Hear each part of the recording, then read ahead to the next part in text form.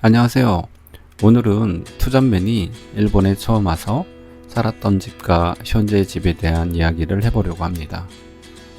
제가 일본에 와서 4번 이사를 했습니다. 20여 년 동안 처음에는 월세방에서 시작을 해서 현재의 단독 주택을 짓기까지 어떤 식으로 거주 환경이 변했는지에 대한 영상을 만들어 보았습니다.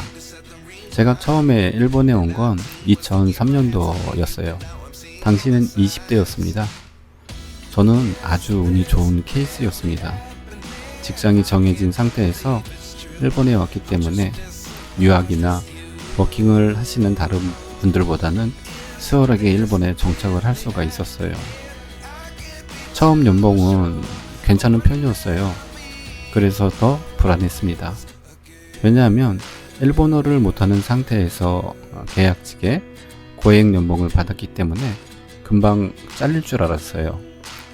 그래서 처음에는 최대한 아끼려고 노력을 했습니다. 수중에 50만 원 정도 있긴 했는데 언제 어떻게 될지 모르는 일이었기 때문에 가능한 저렴한 방을 얻었습니다. 이게 그 방입니다. 일본에서는 아파트라고 하는데요. 한국어로 말하자면 4층짜리 빌라 정도라도 생각을 하시면 편할 듯 합니다. 보이시는지는 모르겠는데 벽에 일본어로 도배를 하기 시작했어요. 혹시 잘려서 한국에 돌아가더라도 일본말은 마스터할 생각이었기 때문에 매일같이 일본어 공부를 했습니다. 이렇게 노력을 하는 모습을 좋게 봐주는 분들이 많았던 걸까요?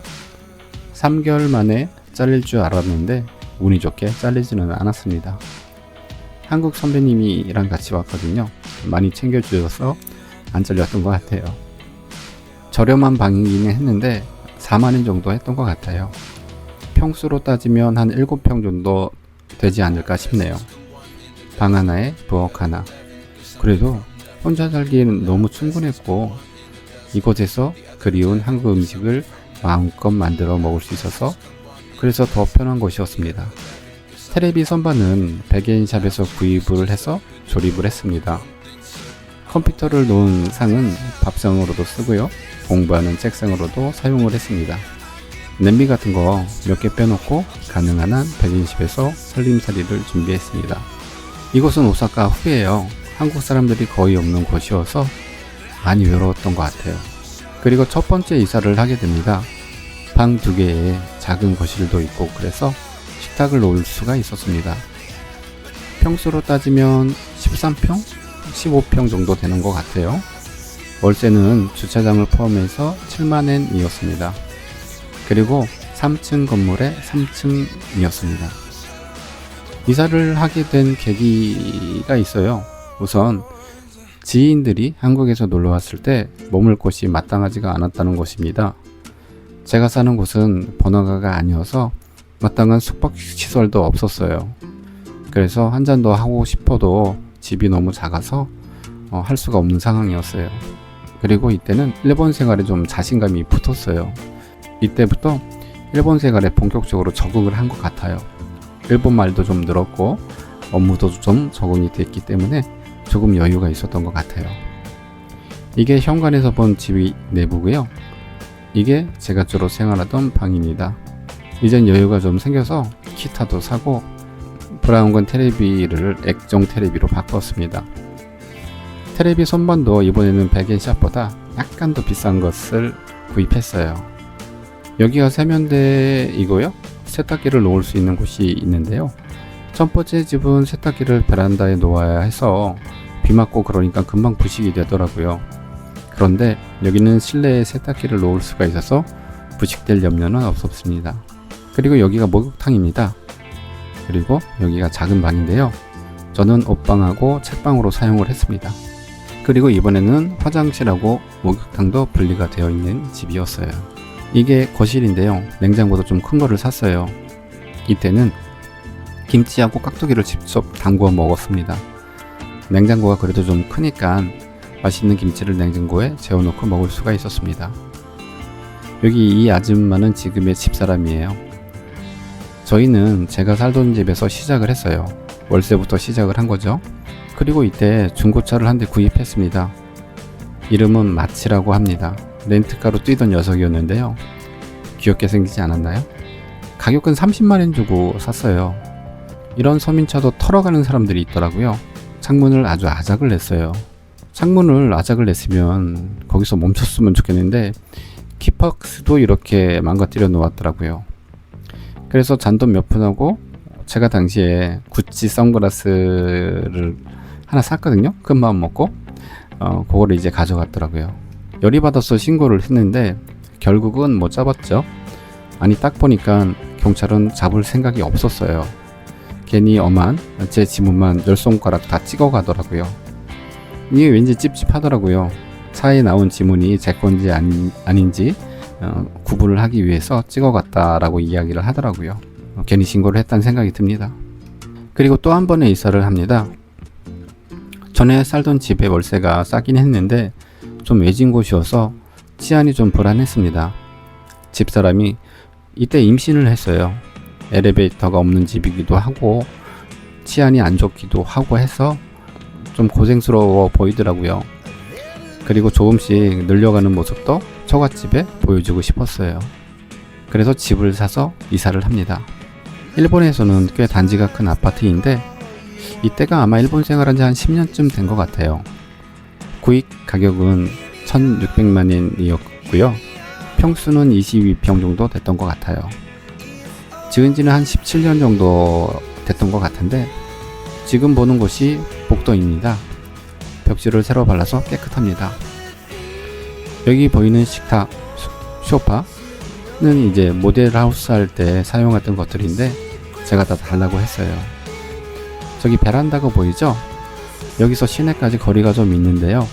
자세히 보면 오사카 성도 보이더라고요. 안방은 다다미이고요. 다다미 방이 왼편이 거실입니다. 오른쪽에 2평 남짓한 작은 방이 하나 더 있어요. 여기가 부엌에서 본 거실입니다. 집사람이 어떻게 꾸밀까 고민 중이네요. 이게 현관 옆에 있는 방인데요. 와이프가 임신을 해서 장모님이 거의 살다시피 하셨어요. 그래서 여기는 장모님의 공간으로 사용을 했습니다. 지금도 고생을 많이 하시는데 이때 장모님이 참 고생을 많이 하셨던 것 같아요. 그리고 여기가 부엌입니다. 아담하죠? 그리고 마지막으로 목욕탕입니다. 와이프는 가끔 주말에 출근을 하거든요. 그때 아이의 밥을 제가 차려주곤 했어요. 그리고 보통은 다다미 방에서 엄마랑 함께 아이가 자거든요. 엄마가 화났을 때만 제 옆에 와서 이렇게 잠을 자곤 했습니다. 이때는 왠지 자고 일어나면 허리가 아팠어요. 자세가 좀 불안해서 그랬는지 허리가 많이 아프더라고요. 그리고 이때 타던 차가 있는데 이때는 피아트 500을 탔습니다. 이건 원래 와이프 차거든요. 구입한 지 3년 정도 됐었는데 주행거리가 2000도 안 됐어요. 제 차는 보시다시피 만신창이가 된 상태라 와이프 차를 타기 시작했습니다. 여기 번호판이 500이라고 보이시죠? 일본은 신청을 하면 원하는 번호를 받을 수가 있습니다. 이 차가 피아트 500이어서 와이프가 약간 웃돈을 준 것 같긴 해요. 번호판을 500으로 달았습니다. 그리고 현재 이 집 4번째로 이사를 하게 됩니다. 이사를 한 지는 한 4년 정도 된 것 같아요. 이 집은 땅을 사서 지었어요. 이사하게 된 이유가 여러 가지가 있는데 아파트는 한국이든 일본이든 층간소음을 피할 수가 없나 봐요. 우리 아이는 3보 이상 9보였어요. 밑에 집에서 크레임이 올라오더라고요. 또 아이가 학교 입학을 하게 되면 방과 후 아이를 돌봐줄 사람이 없어서 그래서 그 타이밍에 처갓집 옆이 매물로 나와서 또 융자를 질러버렸습니다. 집의 스펙인데요. 땅은 20평이 안 돼요. 그리고 도로로 빠지는 부분도 있고 해서 집을 재울 수 있는 공간은 15평 정도였던 것 같아요. 건평으로 따지면 35평 정도 될 거고요. 그래도 처음에 7평의 집에서 시작을 해서 3층짜리 내 집을 갖게 되었습니다. 처음에는 이 집이 3,700만 원에 나왔었어요. 정말 운이 좋아서 3,300 정도에 구입을 했습니다. 제가 부동산을 좀 알잖아요. 그래서 이 정도 가격을 불러도 남을 것이다 라는 판단을 했고 운이 좋게 적중을 했습니다. 땅을 배경으로 사진을 한 장 찍었어요. 저 옆집이 처갓집이에요. 와이프가 창문 밖으로 포즈를 취하고 있습니다.